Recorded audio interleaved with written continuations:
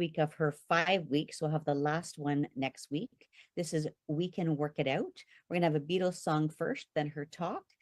It'll be followed by another Beatles song, and we're going to use that as the meditation today because she's not doing a meditation for us. So her talk, and then the next song will be the meditation that we have. She's going to refer to all these songs, and I did listen to her talk before this just to see how long it was and what she was saying, and it's just amazing what she picks out of the song, that we say these rote words because we learned all these songs and know what they are, and all of a sudden you go, whoa, that is a different meaning. It's kind of cool. So enjoy this. Have fun.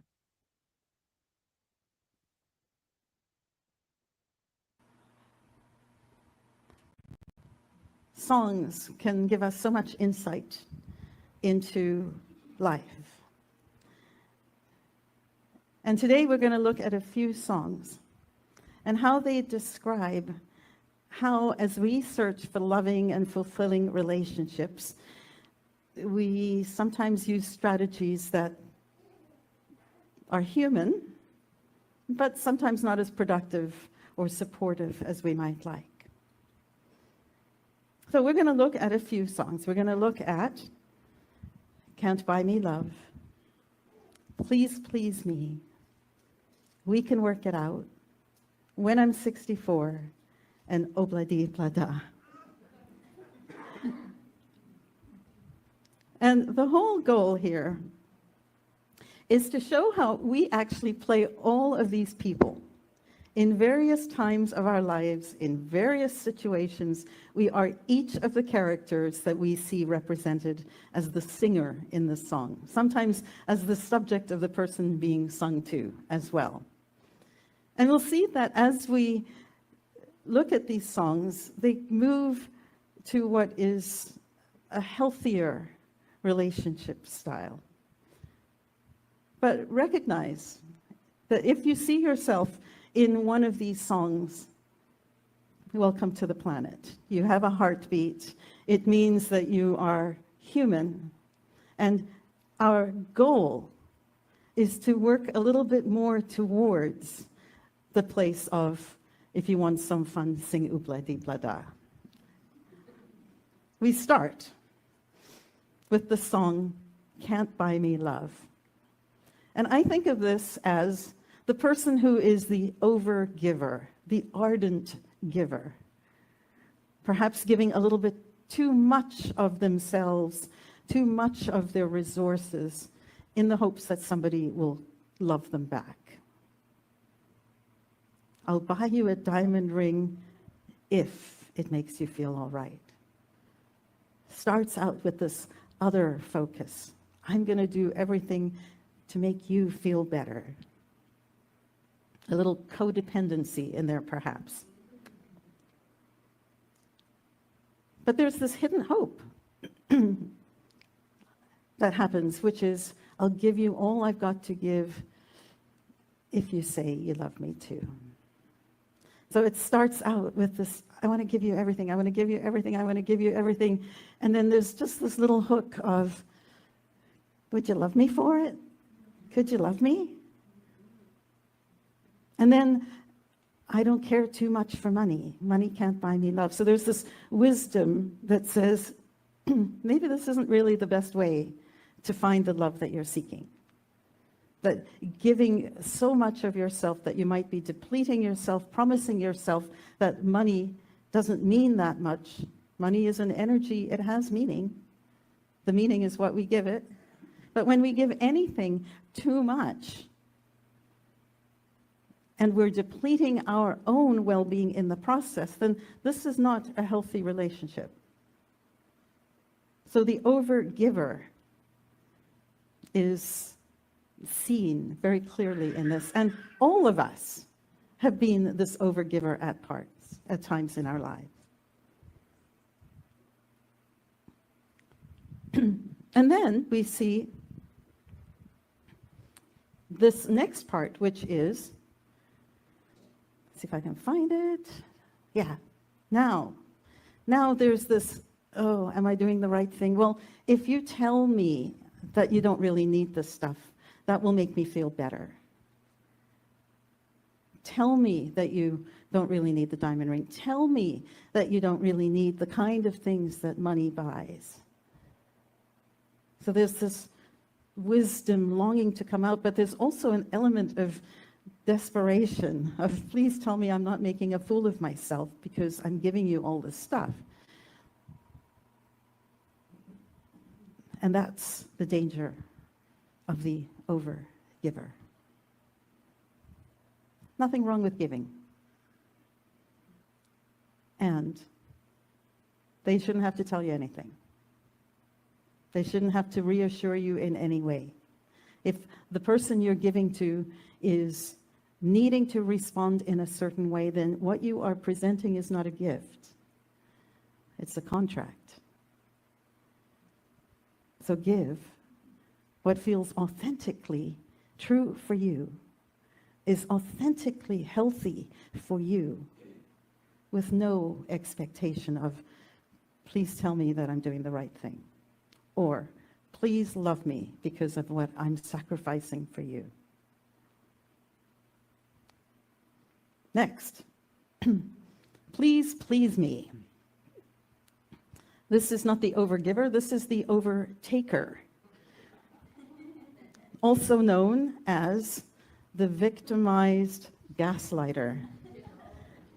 These are my language, but you know what gaslighter is? That's somebody who says something that you've done that isn't true, or says that they've said something that you know for sure isn't what they said, but they're so convincing that you start to doubt yourself. This is what a gaslighter is. And what we see here is a person trying to tell you a story. Last night I said these words to my girl: I know you never even try. Come on. Please please me like I please you. Well, I have a little suggestion. I actually wonder how much he's really pleasing her. Just saying. Because somebody who is like this is so convinced of their superiority and how perfect they are in relationship that there may be times that they do genuinely please this girl, but that doesn't come without some strings attached. And the strings are, please me like I please you. Again, there's this expected contract. And then, not only that, they expect you to be a mind reader. You don't need me to show the way. Why do I always have to say? Kind of lacking something there. I know you never even try. Kind of insulting, actually. You know, it's not saying I'm guessing that you don't even try. It's I know you don't even try. I could say a few words, but I'm not going to. But then it gets worse, because then we have this gaslighting that happens, where the person is complaining as they're saying, I don't want to sound like I'm complaining. I don't want to sound complaining, but you know, there's always rain in my heart. I do all the pleasing with you. It's so hard to reason with you. One-sided, one-sided, one-sided. And then another gaslighting. Why do you make me blue? That's a lot of responsibility that you're putting on someone else in a power grab for yourself. Because here's the thing. No one else can make you anything. When someone does something, it can lead you to feeling a certain way. But the feeling is yours. So why do you make me blue? You're giving away all your power, for one thing. And for another, you're expecting this person to be something they're not. So, not a great place to be. And we've all been there. We've all been the person who is the victimized Maybe not so much the gaslighter, who knows, but even that at times. The person who has said, I do everything, you never do anything. I'm not pointing at Walt, he just happens to be sitting there.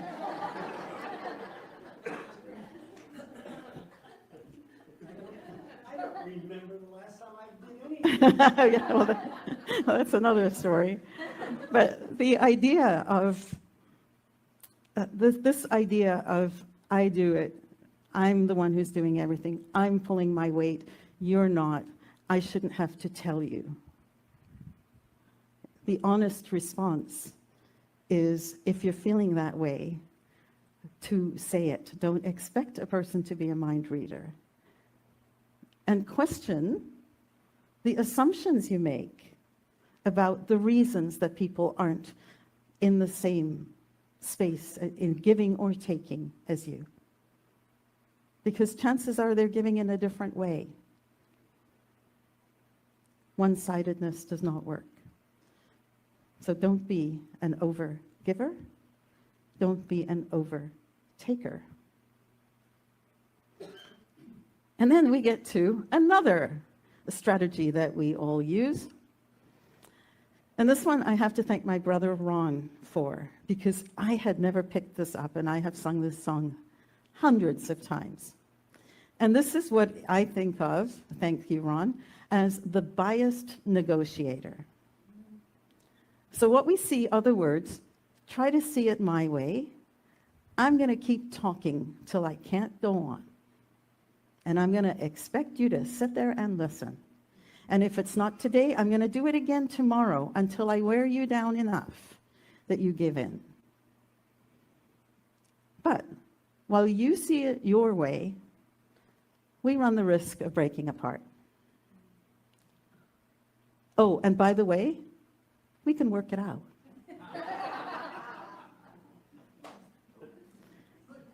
And then it goes on. Think of what you're saying. You can be wrong and you can think it's right. There's no I in that sentence. But think of what I'm saying, and maybe we can work it out. And if we can't work it out, we can't get it straight, we're going to say goodnight. And by the way, we can work it out. As long as you see it my way. Isn't that fun?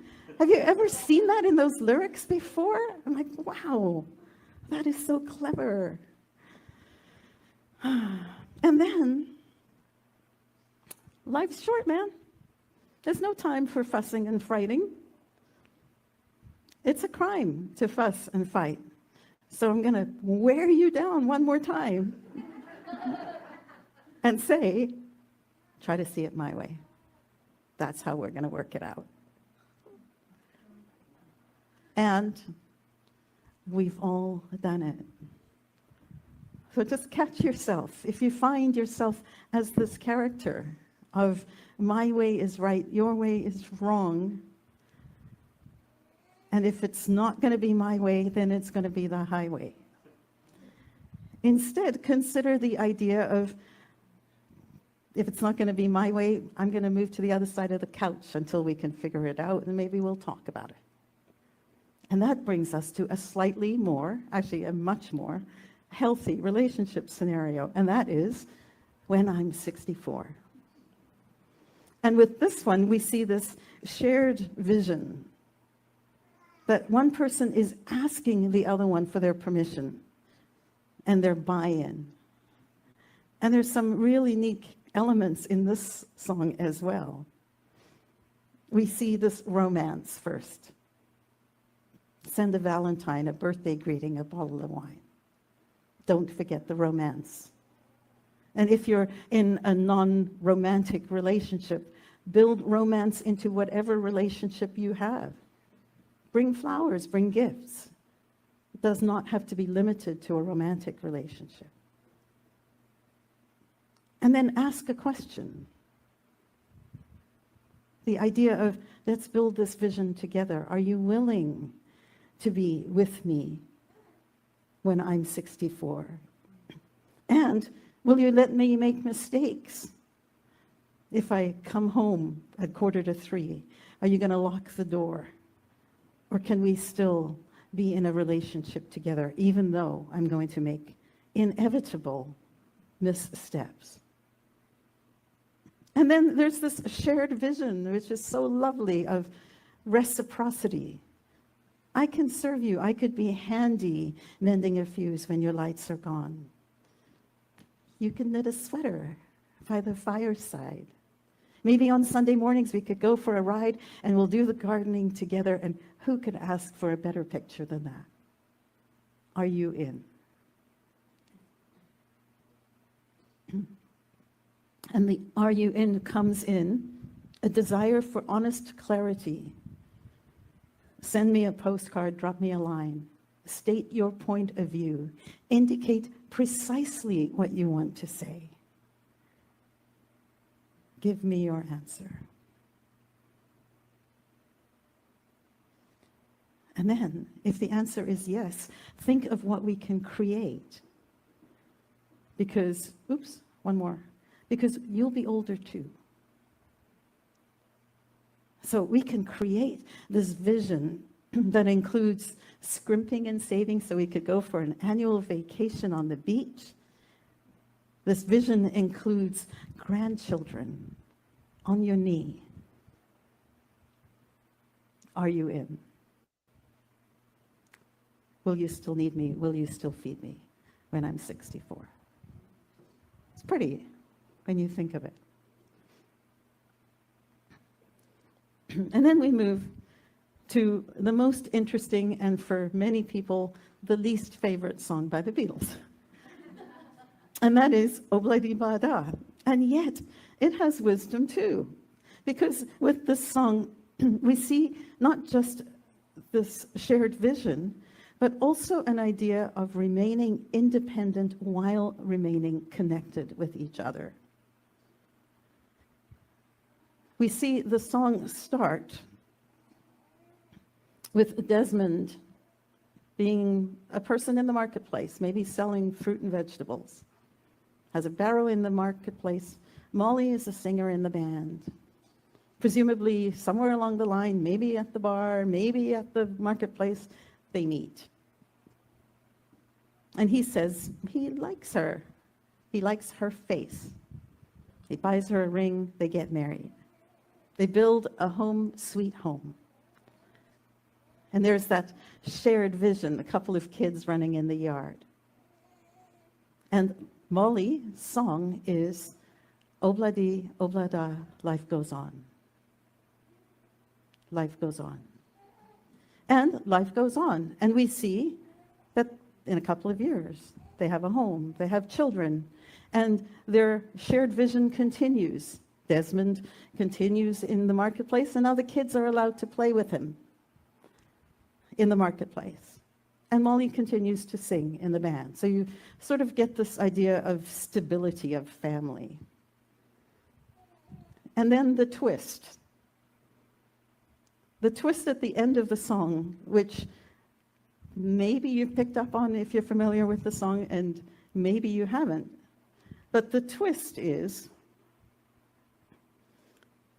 from verse 2 to the end, the third verse, there's only 3.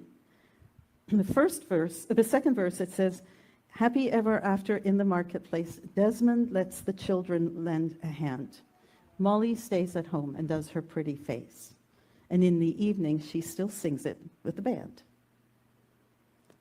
Verse 3, happy ever after in the marketplace, Molly lets the children lend a hand. She's in the marketplace. Desmond stays at home and does his pretty face. And in the evening, she's a singer with the band. Now, we don't actually know who the she is. Could be Molly, could be Desmond. Expressing differently. Ultimate acceptance. Life goes on. Obladi, oblada. Life goes on. And again, there's this, what I take from this song is we change. Each one of us changes as we grow older, as we grow wider. We grow, we change. And sometimes our relationships will shift and adjust with our changes. And our goal is to be both connected with the people we care about and independent enough to express ourselves in whatever is true for us. There's no implied, there was a huge discussion about whether we should stay together. There was no implied, shall we, you should not do this. Boys don't wear makeup. It's more of a acceptance of it all. Because if you want some fun, single blood be balada. It's not something that you need to control. You don't need to control other people. What if you didn't mind? It goes back, actually, to George Harrison's idea of attachment to the temporary. What if you weren't so attached and could love the people through it all? So, we can work it out. If you find that you are overgiving, ask whether or not you're trying to buy love. If you're overtaking, ask yourself whether or not you are in a relationship that feels reciprocal and fair and equal and respectful. The give and the take. We can work it out, but only if we have honest negotiation. Instead, give and take, which we see in this shared vision of when I'm 64. Drop me a postcard. State your point of view. Will you still need me? And accept the answer. And finally, allow for change. Because if you want some fun, sing Obladi Blada. I bless you.